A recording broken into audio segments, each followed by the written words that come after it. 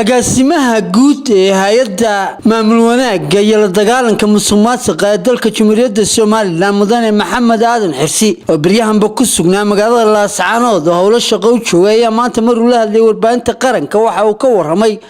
howlaha uu joogo magaalada Laascaanood ee xarunta gobolka Sool waxaana uu sheegay inuu u joogo kormeerka howlaha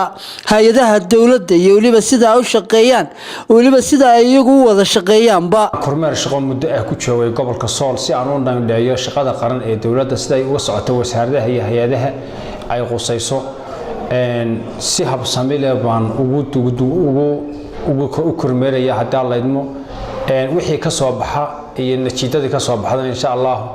waan u celin doonaa xarunta iyo haddii la idmo iyo meesha ay qusayso dhammaan wasaaradaha iyo hay'adaha iyo xafiisyada oo dhan dhammaan waxaan jecelahay inaan wada kormeerno aan soo indheeyo sida siyaabaha ay shaqada u socoto sida magaalada shaqaalaha iyo magaalada time limit-ka shaqaalaha loo siiyo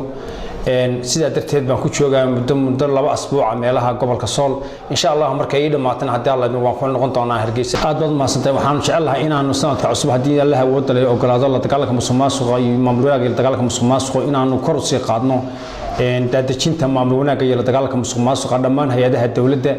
sida uu ku baaqay madaxweynaha Jamhuuriyadda Soomaaliland Muuse Biixi Cabdi in dardar geliyo lana tayeeyo hay'adaha iyo shaqaalaha dawladda haddii Allah wada leeyo ogolaado saasana qorshaha diimka la ka dhigo haddii Allah idmo waxaan ugu baaqay hay'adaha dawladda iyo muqaansa xafiisyada dawladda in la dardar geliyo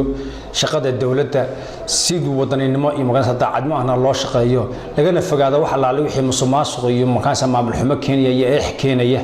in laga fogaado baan ku dardargelin lahaa kuna bogayn dhammaan mas'uuliyadda xafiisyada iyo dawladda ee gobolka Sool iyo gobolada oo dhanba meel kasta ay joogaan waan eegi doonaa way jirtaan waxaan laakiin markaan qiimeeyno haddii Allah idmo oo sahankaan dhameysano assessment-kayaga iyo muqaansa